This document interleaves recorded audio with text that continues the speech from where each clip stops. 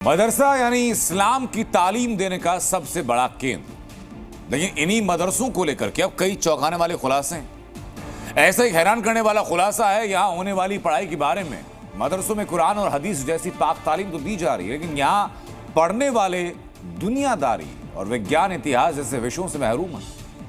जी media ने देश के कई मदरसों में पढ़ने वाले बच्चों और टीचर्स का सरप्राइज टेस्ट लिया।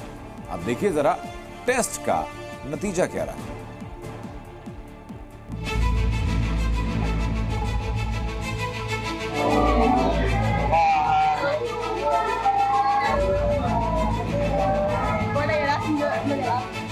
मदरसों में इस्लाम की पढ़ाई, मासूम हार रहे जिंदगी की लड़ाई।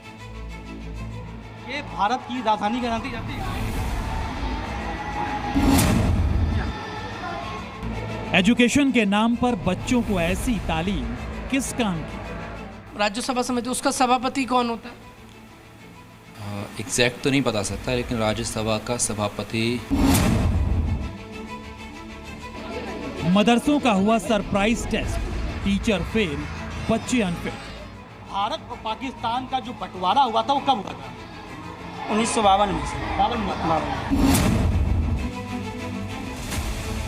सिर पर टोपी और सफेद कपड़ों में झूमते हुए इस्लाम की तालीम लेते लड़के, तो वहीं मदरसों में बुर्के और हिजाब में सिमटी कुरान के सबक सीखती बच्ची।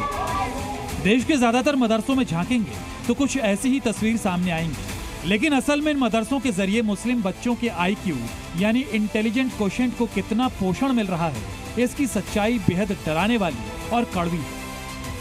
यही वजह भी है कि राष्ट्रीय बाल संरक्षण आयोग ने भी मदरसों में शिक्षा की गुणवत्ता पर सवाल खड़े किए।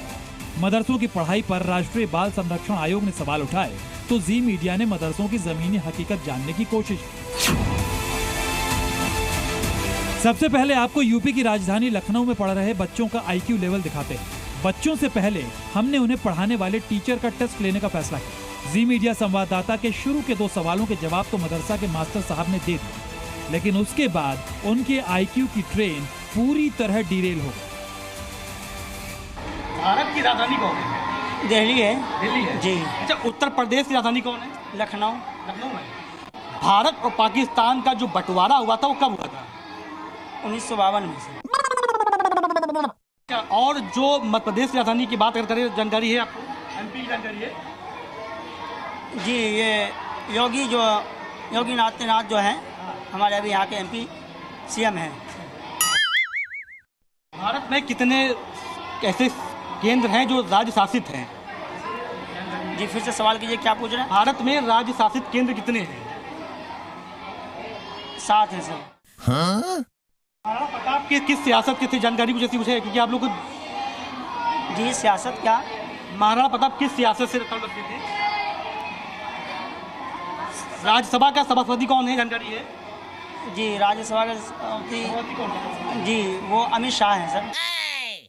भारत का सबसे बड़ा पड़ोसी देश कौन सा है? पाकिस्तान है सर।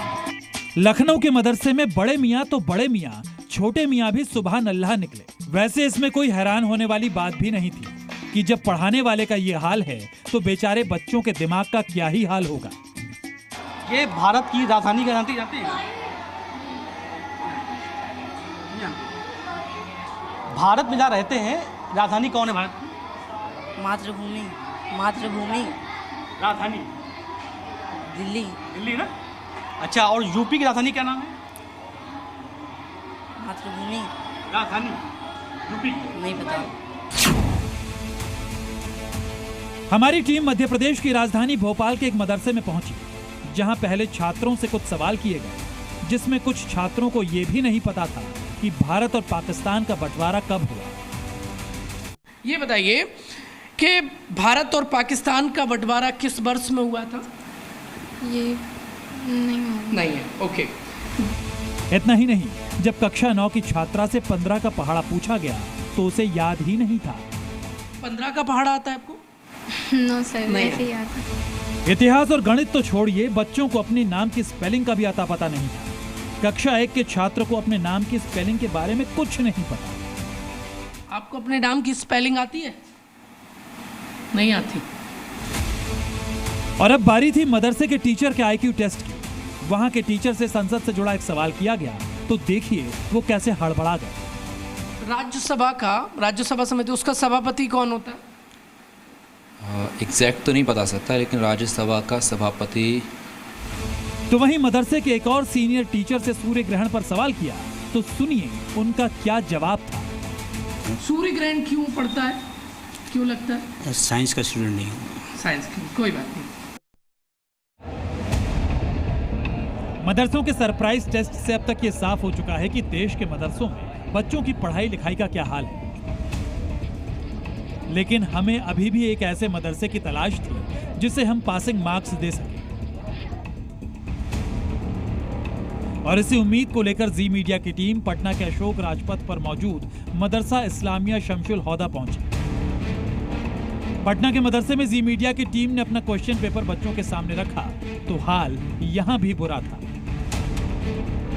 बिहार के राज्यपाल कौन? बिहार के राज्यपाल,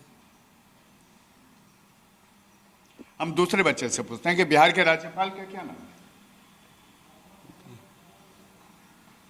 नहीं पता। हम इनसे पूछते हैं, बिहार के राज्यपाल का नाम पता है आपको? जी नहीं पता है। मध्य प्रदेश की राजधानी कहाँ है?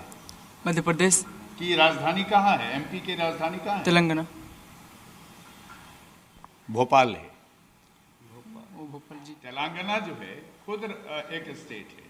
हम इनसे भी जानकारी लेने की कोशिश करते हैं और ये बताइए कि भारत में कितने राज्य हैं, कितने स्टेट है? 28। बहुत अच्छा। और कितना केंद्र शासित राज्य है? ये नहीं मालूम है। ये नहीं मालूम। जनरल नॉलेज में बच्चे फेल हो गए तो हमने सोचा थोड़ा विज्ञान के सवाल पूछे जाए, लेकिन यहां भी बच्चों का IQ 0 ही निकला। हमारे जो सौर मंडल है जिसको हम लोग आसमान कहते हैं, इसमें कितने ग्रह? 7। नाम बताइए। पृथ्वी है, हाँ, मंगल है, हाँ, शनि है, हाँ, और सूर्य है, और 3-4 और क्या इन सब की तालीम आपको नहीं मिलती है? मिलती है थोड़ा बहुत, उतना टीचर नहीं है ना उस सब्जेक्ट के, तो थोड़ा कम मिलती है। अब बारी मदरसा में बच्चों को तालीम देने वालों की थी।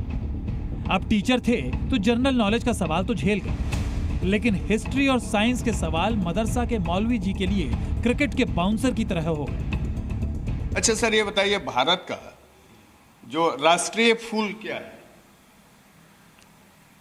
कमल है। कमल है, बहुत अच्छा सर। और राष्ट्रीय पक्षी का नाम? मोर है। बहुत बढ़िया सर। सर एक दो और जानकारी कि महाराणा प्रताप किस रियासत के राजा थे?